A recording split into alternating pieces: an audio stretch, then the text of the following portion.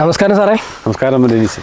അപ്പോൾ നമ്മുടെ ഇന്നത്തെ ഒരു എപ്പിസോഡിൻ്റെ ഒരു പ്രത്യേകത, നമ്മൾ ബേസിക്സ് ആയിട്ടുള്ള ക്ലാസ്സുകളാണ് തുടർച്ചയായിട്ട് പോകുന്നത്.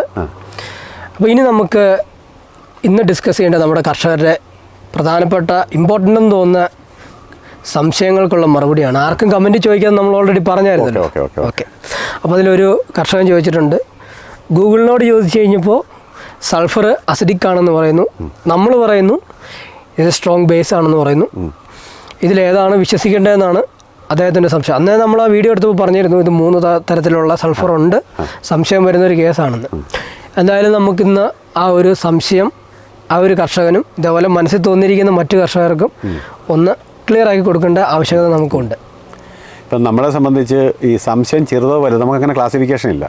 ഏത് സംശയമാണെങ്കിലും നമ്മൾ നേരത്തെ പറഞ്ഞല്ലോ, നേരിട്ട് ചോദിക്കാം, അതല്ലെങ്കിൽ വിളിക്കാം എന്ന് പറഞ്ഞു. അപ്പോൾ വിളിക്കാനുള്ള അവരുടെ പരിമിതിയുണ്ട്. നമ്മൾ കാണുന്നത് മനസ്സിലാക്കുന്നതിന് മറുപടി കൊടുക്കണം. നേരത്തെ പറഞ്ഞതിനോട്ടാണ് സംശയം സൾഫറിൻ്റെ കാര്യം പറഞ്ഞു. സൾഫർ പല രീതിയിലുണ്ട്. ഇപ്പം പല രീതിയിലെന്ന് പറഞ്ഞു കഴിഞ്ഞാൽ സൾഫർ ഫംഗിസൈഡായിട്ട് വരുന്നുണ്ട്, ഫെർട്ടിലൈസറായിട്ട് വരുന്നുണ്ട്. ഫെർട്ടിലൈസർ തന്നെ പല ഗ്രേഡുണ്ട്, ഫംഗിസൈഡ് തന്നെ പല ഗ്രേഡ് വരുന്നുണ്ട്. ഇപ്പോൾ നമ്മളതിനെപ്പറ്റി പറയുകയാണെങ്കിൽ ഫെർട്ടിലൈസർ സൾഫറുണ്ട്, അത് ബെൻഡണൈറ്റ് സൾഫർ എന്ന് പറയും. അത് 90% സൾഫർ ഫെർട്ടിലൈസറിൽ ഉപയോഗിക്കുന്നതാണ്. സൾഫറിൻ്റെ ഡെഫിഷ്യൻസി അങ്ങനെ പല കമ്പനിക്കുണ്ട് കേട്ടോ. ലിക്വിഡായിട്ട് വരുന്നുണ്ട്, ലിക്വിഡ് 20 മുതൽ പല ശതമാനത്തിൽ സൾഫർ വരുന്നുണ്ട്, ലിക്വിഡ് സൾഫറുണ്ട്. പിന്നെ ഫംഗിസൈഡായിട്ട് വരുന്നുണ്ട്, WG ഫോർമുലേഷനും വരുന്നുണ്ട്, WP ഫോർമുലേഷൻ വരുന്നുണ്ട്. അത് ഫംഗിസൈഡ് പ്ലസ് മൈറ്റ്സൈഡ് കാരിസൈഡായിട്ടും വരുന്നുണ്ട്. ഈ നമ്മൾ എങ്ങനെ വന്നാലും ഫെർട്ടിലൈസർ ഗ്രേഡ് വരുന്നതിലും ഈ സൾഫറിൻ്റെ പൗഡറായിട്ട് വരുന്നുണ്ട്, പണ്ട് ഉപയോഗിച്ചുകൊണ്ടൊരു ഫോമുണ്ട്. അത് മാത്രമാണ് ഏകദേശം നമുക്ക് അസിഡിക് എന്ന് പറയാൻ പറ്റത്തുള്ളൂ. ബാക്കിയെല്ലാം ഏകദേശം 6 മുകളിലാണ് pH വരുന്നത്. ഈ 6 മുകളിൽ വരുമ്പോൾ 6 മുതൽ 7 വരെ അസിഡിക്കാണെന്ന് പറയും. പക്ഷേ അത് ഒരു സൊല്യൂഷൻ ആക്കുന്ന അതാണ് നമ്മൾ വെള്ളം ചേർത്ത. ഈ സൊല്യൂഷൻ ആക്കുമ്പം ശരിക്കും പറഞ്ഞു കഴിഞ്ഞാൽ ഇതിൻ്റെ pH 7.3 മുതൽ മുകളിലോട്ടാണ് പോകുന്നത്. അപ്പോൾ നമുക്ക് ആൽക്കലിനായിട്ട് മാത്രമേ അത് കണക്ക് കൂട്ടാൻ പറ്റത്തുള്ളൂ. പിന്നെ ഗൂഗിളിൻ്റെ കാര്യം കൂടെ പറയാം. ഗൂഗിൾ എന്ന് പറഞ്ഞ സാധനം അല്ലെ ChatGPT എന്നൊക്കെ പറഞ്ഞാൽ സാധനങ്ങളെല്ലാം മനുഷ്യനുണ്ടാക്കുന്ന, പ്രകൃതിക്കോ ദൈവത്തിനോ ആണ് തെറ്റുപറ്റാത്തതെന്ന് നമ്മുടെ വിശ്വാസം. മനുഷ്യൻ ഉണ്ടാക്കുന്ന സാധനത്തിന് തെറ്റുപറ്റും.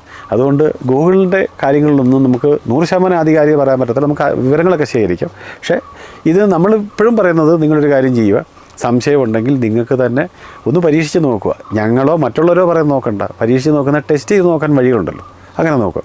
അപ്പം ഈ സൾഫർ എന്ന് പറഞ്ഞു കഴിഞ്ഞാൽ ഏലത്തിനെ സംബന്ധിച്ച് അത്യാവശ്യമുള്ളൊരു സാധനമാണ്. ശരിക്കും പറഞ്ഞു കഴിഞ്ഞാൽ കിഴങ്ങിന് മുഴുപ്പ്, അത് ബൾബിന് മുഴുപ്പുണ്ടാക്കാൻ, ഓയിൽ കണ്ടൻറ്റ് കൂട്ടാൻ, അരിയെണ്ണം കൂട്ടാനൊക്കെ സൾഫർ വേണം. അത്യാവശ്യമുള്ളൊരു മൂലകമാണ് സെക്കൻഡറി ന്യൂട്രിയൻ്റ് സൾഫർ. അത് നിങ്ങൾ ഫെർട്ടിലൈസർ ഗ്രേഡിൽ കിട്ടും, അല്ലെങ്കിൽ ലിക്വിഡായിട്ട് കിട്ടും. സ്പ്രേ ചെയ്യാനോ ഒഴിച്ചു കൊടുക്കാനോ ഒക്കെ അതാത് സമയത്ത് നിങ്ങൾ ചെയ്ത് കൊടുക്കുന്നത് നല്ലതായിരിക്കും. ഇപ്പോൾ നോർമലി നമ്മുടെ കടകളിലൊക്കെ കിട്ടുന്നത് ഒരു 120 രൂപ 180 രൂപയ്ക്ക് 85% സൾഫറുകളാണ് കിട്ടുന്നത്. 1 kg ഫൈൻ പൗഡർ. അതൊക്കെ വരുന്നതും അത് ഫംഗിസൈഡോ അല്ല അക്കാരിസൈഡ് അല്ലെ മൈറ്റ്സിനുള്ള ആ ഗ്രേഡിനുള്ള സാധനങ്ങളാണ്. അത് നമ്മൾ ആ കാറ്റഗറിയിൽ പോവുക. പിന്നെ എല്ലാവരും പറയും, നമ്മളിപ്പം 10 വർഷം കഴിഞ്ഞുള്ള കാര്യത്തെപ്പറ്റി ചിന്തിക്കേണ്ട കാര്യമില്ല. ഇത് ഡീഗ്രേഡ് ചെയ്തിട്ട് സൾഫർ കിട്ടുമോ എന്നുള്ളത് കിട്ടുമായിരിക്കും. പക്ഷേ അതിന് കാത്തിരിക്കേണ്ട കാര്യമില്ല, നമുക്ക് എല്ലാ സാധനങ്ങളും അവൈലബിളാണ്. ബെൻഡണൈറ്റ് സൾഫർ അല്ലെങ്കിൽ പല കമ്പനിക്കും ഉണ്ട്. സൾഫർ ലിക്വിഡും ഉണ്ട്, ഗ്രാനുവൽസായിട്ടും ഉണ്ട്. ആ സാധനങ്ങൾ ബെൻഡണൈറ്റ് സൾഫർ നമുക്ക് ഇട്ട് കൊടുക്കാം, അല്ലെങ്കിൽ സൾഫർ ലിക്വിഡുകളുണ്ട്, സ്പ്രേ ചെയ്യാനും ഒഴിക്കാനും ഉണ്ട്. നിങ്ങൾ ഏതെങ്കിലും നമ്മൾ ആവശ്യമുള്ളവരുടെ കടയിൽ പറഞ്ഞു കഴിഞ്ഞാൽ സെക്കൻഡറി ന്യൂട്രിയൻ്റ്, പിന്നെ അല്ലെങ്കിൽ കാൽസ്യം മഗ്നീഷ്യം സൾഫറിൻ്റെ കോമ്പിനേഷനൊക്കെ വരുന്നുണ്ട്. ഇതൊക്കെ നമുക്ക് സൾഫറിൻ്റെ ആവശ്യത്തിനായിട്ട് ഉപയോഗിക്കാം. അപ്പോൾ നമ്മൾ മനസ്സിലാക്കുക ബേസിക്ക്. ഇനിയിപ്പോൾ നിങ്ങൾക്ക് എന്തെങ്കിലും സംശയം ഉണ്ടെങ്കിൽ തന്നെ ചെയ്യേണ്ടതെന്ന് പറഞ്ഞു കഴിഞ്ഞാൽ ഒന്ന് ടെസ്റ്റ് ചെയ്ത് നോക്കൂ. അതെ, ഈ പൗഡർ ഫോം എന്ന് പറഞ്ഞാൽ അക്കാരിസൈഡായിട്ട് ഉപയോഗിക്കുന്നത് ബേസ് ആണല്ലോ അല്ലേ? അതെ, അത് നമുക്ക് സ്പ്രേ ചെയ്യാനും ഒഴിക്കുന്നുണ്ട്. നമ്മൾ കുറച്ച് ആൾക്കാർ ഇപ്പോൾ ഒഴിച്ചും പോകുന്നുണ്ട്. ഓക്കെ. അപ്പോൾ കോമൺ ആയിട്ടൊരു ചോദ്യം എന്താണെന്ന് വെച്ച് കഴിഞ്ഞാൽ, സൾഫർ തന്നെ 3 ഗ്രേഡ് ഉണ്ടെന്ന് പറയുമ്പോൾ കർഷകർക്ക് ഒരു കുഴപ്പിക്കുന്ന ഒരു കാര്യമാണ്. നമുക്ക് എന്തുകൊണ്ട് കുമ്മായ സൾഫർ കലക്കി ഒഴിക്കുമ്പോൾ ഏതാണ് സെലക്ട് ചെയ്യേണ്ടത്? കുമ്മായ സൾഫർ WP വേണമെങ്കിലും ഉപയോഗിക്കാം, WG വേണമെങ്കിലും ഉപയോഗിക്കാം, WDG, WG അല്ലെങ്കിൽ WP ഫോം ഏത് വേണമെങ്കിലും ഉപയോഗിക്കാം. ഇത് നമുക്ക് ഒഴിക്കാനായിട്ട് ഉപയോഗിക്കാൻ പറ്റുന്നത്. അത് നമ്മുടെ കുമിളുകളെ നശിപ്പിക്കാൻ വേണ്ടി ഉപയോഗിക്കുന്നത്. ഇതെല്ലാം പ്രോസസ്സ് കഴിഞ്ഞ് ഏതെങ്കിലും സമയത്തൊക്കെ സൾഫർ കിട്ടിയേക്കാം. പക്ഷേ അതിനുവേണ്ടി നമ്മൾ പോകണ്ട. നമ്മൾ കൃഷി എന്ന് പറഞ്ഞു കഴിഞ്ഞാൽ നമ്മുടെ തുടക്കത്തിൽ ഇപ്പം കൃഷി ആരംഭിക്കേണ്ട പുതുകൃഷിയിലോട്ട് വരും. നമ്മൾ റീപ്ലാന്റ് ചെയ്യുന്നില്ലെങ്കിൽ പോലും പുതുകൃഷിയായിട്ടാണ് തുടങ്ങുന്നത്. മാർച്ച് കഴിഞ്ഞ് ഏപ്രിൽ എന്ന് വെച്ചാൽ നമ്മുടെ ഒരു ബിസിനസ് ഇയറിൻ്റെ സ്റ്റാർട്ടിങ്. അപ്പോൾ നമ്മൾ ചെയ്തു പോകുമ്പോഴത്തേക്കും കുറവുള്ള കാര്യങ്ങൾക്കെല്ലാം നമ്മൾ സൾഫർ ലിക്വിഡോ അല്ലെങ്കിൽ സൾഫർ ഈ ബെൻഡണൈറ്റ് സൾഫർ അതുകൂട്ടുള്ള സാധനങ്ങൾ തന്നെ, അല്ലെങ്കിൽ സൾഫറിൻ്റെ സംയുക്തങ്ങൾ കിട്ടും, കാൽസ്യം മഗ്നീഷ്യം സൾഫർ അങ്ങനെയുള്ള സാധനങ്ങൾ കിട്ടും. അത് നിങ്ങൾക്ക് അവൈലബിൾ ആയിട്ട് കടകളിൽ നിന്ന് സെലക്ട് ചെയ്യുക, നിങ്ങൾ ഉപയോഗിക്കുക. അവിടുന്ന് നിങ്ങൾക്ക് അതിൻ്റെ പെർസെൻറ്റേജ് അനുസരിച്ച് നമുക്ക് റെക്കമെൻഡേഷൻ തരും. ഓക്കെ. ഈ കുമ്മായം തന്നെ കലക്കി ഒഴിച്ചാലും മണ്ണിലെ pH കൺട്രോൾ ആവുന്നുണ്ട് ഉറപ്പായിട്ടും. അപ്പോൾ പിന്നെ നമ്മൾ അതിൻ്റെ കൂടെ സൾഫർ കൂടെ ആഡ് ചെയ്യുന്നതിൻ്റെ ഉള്ള ഒരു സയൻസ് എന്താ? സൾഫർ എന്ന് പറഞ്ഞു കഴിഞ്ഞാൽ ഒരു ഫംഗിസൈഡാണ്. അതായത് നമ്മുടെ പൊടിക്കുമിള, പൗഡറി മിൽഡ്യൂ, ഡൗണി മിൽഡ്യൂ ഇതിനെയൊക്കെ കൺട്രോൾ ചെയ്യാൻ നല്ലതാണ്. പിന്നെ ബേസിക്കായിട്ട് പറയുവാണെങ്കിൽ പല രോഗങ്ങളുടെയും തുടക്കം എല്ലാത്തിൻ്റെയും നമ്മുടെ ഈ നല്ല ഒരു സൂചന തുടങ്ങുന്നത് കീടങ്ങളാണെങ്കിലും ഡെവലപ്പ് ചെയ്യുന്ന മണ്ണിൽ നിന്നാണ്. നമ്മുടെ ഭൂമിയുടെ ഒരു പ്രത്യേകതയായി മണ്ണെന്ന് പറഞ്ഞ് വാസയോഗ്യമായ മണ്ണ്. അപ്പോൾ ഈ മണ്ണിൽ നിന്നാണ് തുടങ്ങുന്നത്. അപ്പോൾ കീടങ്ങളും അല്ലെ കുമിളുകളും തുടങ്ങുന്ന മണ്ണിൽ നിന്നാണ്. അപ്പം മണ്ണിലുണ്ടാകുന്ന സ്പോർസുകളെ, അതായത് അതിൻ്റെ അണുക്കളെ, അതിൻ്റെ അംശങ്ങളെ നശിപ്പിക്കാനായിട്ട് മണ്ണിൽ കൊടുത്തു കഴിഞ്ഞാൽ ഒരു പരിധി വരെ നമുക്ക് പലതിനും കൺട്രോൾ കിട്ടും, വലുതായിട്ടില്ലെങ്കിലും. അപ്പോൾ അതിൻ്റെ ഒരു അഡ്വാൻസ് ആപ്ലിക്കേഷനാണ്. അസുഖം വന്നിട്ട് ചികിത്സിക്കുന്നതിലും നല്ലത് അസുഖം വരുന്നതിന് മുമ്പ് ചികിത്സിക്കുന്ന ഒരു പ്രിക്കോഷനാണിത്. കുമ്മായത്തിലിപ്പോൾ സൾഫർ ചേർക്കുന്നുണ്ട്, കുഴപ്പങ്ങളൊന്നുമില്ല, വേണം ചെയ്ത് ഉപയോഗിക്കാം. അപ്പോൾ ഈ കുമ്മായം സൾഫർ നമ്മൾ അപ്ലൈ ചെയ്തതിന് ശേഷം നമ്മൾ വളങ്ങളൊക്കെ കൊടുക്കില്ല, NPK, അതിനൊക്കെ മുമ്പ് നമുക്ക് ഇമ്പോർട്ടൻ്റ് ആയിട്ട് കൊടുക്കാൻ പറ്റുന്നുള്ളൂ. നമ്മുടെ ഇപ്പോൾ ഈ ബയോ കമ്പനീസ്, ഈ ടോഫ്കോ പോലുള്ള കമ്പനികളൊക്കെ കൺസോർഷ്യങ്ങൾ ഇറങ്ങിയിട്ടുണ്ട്. 10 കൂട്ടം സൂക്ഷ്മജീവികൾ, അതായത് സ്യൂഡോമോണസ്, ട്രൈക്കോഡർമ, ബുവേറിയ, വെറ്റസിലിയ, മെറ്റാറൈസിയം, ഇങ്ങനെ തുടങ്ങിയ ഒരു 10ഓളം ഒരു കിറ്റായിട്ട് കൺസോർഷ്യങ്ങൾ പല കമ്പനികളും ഇറക്കിയിട്ടുണ്ട്.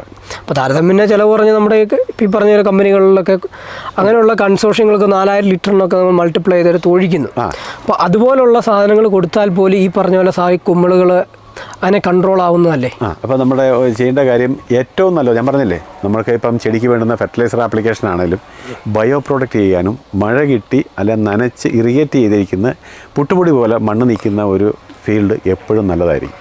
ഈ സമയം ധൈര്യത്തെ നമുക്ക് ചെയ്യുകയും ചെയ്യാം. പക്ഷേ സിവിയറായിട്ട് അസുഖങ്ങളുണ്ടെങ്കിൽ, കീടങ്ങളുണ്ടെങ്കിൽ ഇതൊക്കെ ക്ലിയർ ചെയ്തതിന് ശേഷം ഈ ബയോ പ്രോഡക്റ്റ് നമ്മൾ അപ്ലൈ ചെയ്യുന്നത് നല്ലതായിരിക്കും.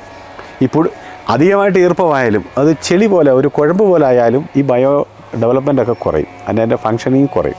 അതുകൊണ്ട് ഈ ഒരു സമയത്ത് നമുക്ക് ചെയ്യാനും ഒഴിച്ചു കൊടുക്കാനും നല്ലതാണ്. അത് നമ്മളതാ പറഞ്ഞത്, നമ്മൾ നോക്കുക, കടകളിൽ പോയി ആവശ്യപ്പെട്ടെങ്കിൽ ഈ സാധനങ്ങളെല്ലാം കിട്ടും. പിന്നെ എപ്പോഴായാലും ഫംഗിസൈഡ് ചെയ്തിട്ടുണ്ടെങ്കിൽ ഒരു 30 ദിവസമൊക്കെ ഒരു പീരീഡ് ഇടുന്നത് നിങ്ങൾക്ക് നല്ലതായിരിക്കും. ഇപ്പം നമ്മുടെ ഈ ബാക്ടീരിയമൈസിൻ സാധനങ്ങളൊക്കെ ഉണ്ടല്ലോ, ഇതൊക്കെ ചെയ്യുകയാണെന്നുണ്ടെങ്കിൽ സുഡമോണാസ് ഉള്ള സാധനങ്ങളൊക്കെ ചെയ്യുകയാണെങ്കിൽ ഇടുന്നത് നല്ലതായിരിക്കും. അതല്ലാതെ നമ്മളിപ്പോൾ ബയോ ചെയ്തതിന് തൊട്ട് പുറകെ ഈ ഫംഗിസൈഡിലൊക്കെ കൊണ്ട് ഒഴിച്ച് കഴിഞ്ഞാൽ നമുക്ക് ഗുണവും കിട്ടത്തില്ല, അതും പറയാം കേട്ടോ. അതിൻ്റെ ഒരു പീരീഡ് ഇട്ടുക, അതിന് ഡെവലപ്പ് ചെയ്യാനോ റിസൾട്ട് കിട്ടാനോ ടൈം പീരീഡ് കൊടുത്താൽ നല്ലതായിരിക്കും. അപ്പം രണ്ടും തമ്മിലുള്ളൊരു ഗ്യാപ്പ് ഒരു 30 ദിവസം ഇടുന്നത് എപ്പോഴും നല്ലതായിരിക്കും. ഓക്കെ. ഇപ്പോൾ ഈ സൂക്ഷ്മജീവികളെ പറ്റിയും ഈ ഒരു അക്കാരിസൈഡുകളെ പറ്റിയും പറഞ്ഞപ്പോൾ നമ്മൾ സബ്ജക്റ്റിലില്ലെങ്കിൽ പോലും നമ്മൾ സൂചിപ്പിച്ചു ഫംഗിസൈഡുകളെ പറ്റി. അപ്പോൾ ഫംഗിസൈഡുകളെ പറ്റി നമുക്ക് തന്നെ ഒരു ക്ലാസ് എടുക്കാം. എന്നിരുന്നാൽ പോലും ഇപ്പോൾ വേര് നന്നാവും എന്നൊക്കെ പറഞ്ഞുകൊണ്ട് പലരും പ്രൊപ്പിഗോണോസോൾ, ടിബിഗോണോസോൾ ഇങ്ങനെയുള്ള ഫംഗിസൈഡുകൾ ഡ്രഞ്ച് ചെയ്യുന്നൊരു പ്രവണത കൂടി വരുന്നുണ്ട്. അത് സാറിൻ്റെ കാഴ്ചപ്പാടിൽ തെറ്റോ ശരിയോ?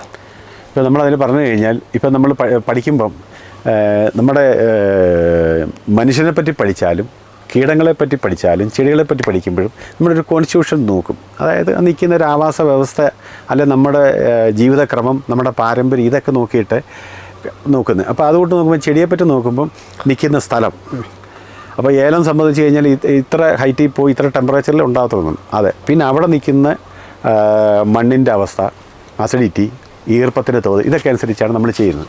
പിന്നെ ഉണ്ടാകുന്ന ഫിസേറിയൻ തന്നെ പല സ്റ്റേജിലുണ്ട്. ഇപ്പം പല ആൾക്കാർ ഈ പോമ എന്നൊക്കെ പറയുന്നത് ഫിസേറിയത്തിൻ്റെ വേറൊരു ഫോമാണ്, അതായത് സ്പീഷീസൊക്കെ ചേഞ്ച് ചെയ്തും ഉണ്ടാവുന്ന. അപ്പോൾ അതിനനുസരിച്ച് വേണം നമ്മൾ കൊടുക്കാൻ. സിവിയറായിട്ട് ഫിസേറിയൻ നിൽക്കുമ്പോൾ ബയോ പ്രോഡക്റ്റ് കൊടുത്തിട്ട് കാര്യമില്ല. നിങ്ങൾ ആദ്യം ചെയ്യേണ്ടതെന്ന് വെച്ച് കഴിഞ്ഞാൽ ആ സിവിയറായിട്ട് നിൽക്കുന്നത് ഏത് സ്റ്റേജാണെന്ന് മനസ്സിലാക്കി അവിടെ ഇപ്പം നമ്മൾ ഡെനീസ് ഉപയോഗിച്ച ഒരു സാധനം എനിക്ക് ഗുണം കിട്ടണമെന്നില്ല, ഞാൻ ഉപയോഗിച്ചിട്ട് വേറെ ആളിന് കിട്ടണമെന്നില്ല. അപ്പം നമുക്ക് ആപ്റ്റായിട്ടുള്ളത് നമുക്ക് പറ്റുന്നത് എന്താണെന്ന് കണ്ടുപിടിച്ചതിന് ശേഷം അതിനെ അറിയാവുന്ന ഒരാളായിരിക്കണം. ചുമ്മാതെ ഈ നമ്മൾ നേരത്തെ പറഞ്ഞ ഈ ആ ഒരു കച്ചവടം ആവരുത്.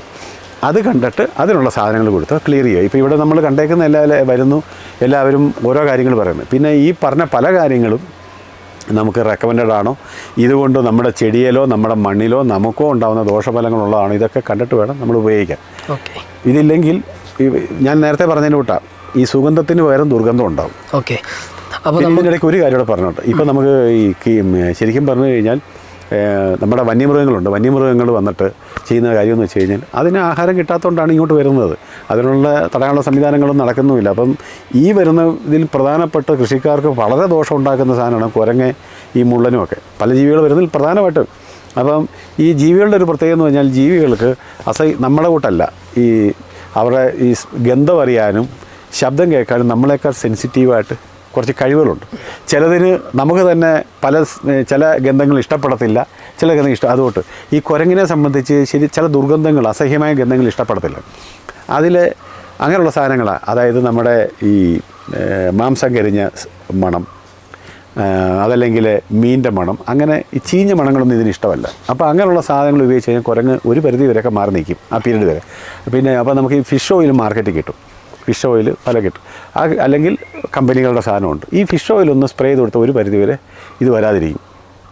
പിന്നെ ഈ അസഹ്യമായിട്ടുള്ള ഗന്ധമുള്ളതോ അസഹ്യമായ രുചിയുള്ള സാധനങ്ങൾ, രുചി നമ്മൾ പറഞ്ഞാൽ ഇഷ്ടപ്പെടാത്ത രുചി, ആ സാധനങ്ങൾ നമ്മളൊന്ന് സ്പ്രേ ചെയ്ത് കൊടുത്തു കഴിഞ്ഞാൽ കൃത്യമായിട്ട് ഈ സാധനങ്ങൾ ചെയ്യുമ്പം നമ്മൾ അതിൻ്റെ ഉത്തരവാദിത്തപ്പെട്ട ആൾക്കാരോട് ചോദിച്ചിട്ട് അവരുടെ നിർദ്ദേശം അനുസരിച്ച് വേണം നിങ്ങളിതെല്ലാം ഉപയോഗിക്കാൻ. ഓക്കെ, അപ്പം ഒരുപാട് നന്ദി സാറേ. അപ്പം നമുക്ക് ഈ ഒരു കുമ്മായം സൾഫർ ഇനിയിപ്പോൾ ചെയ്തു തുടങ്ങാം. ഇപ്പം ചെയ്യാം.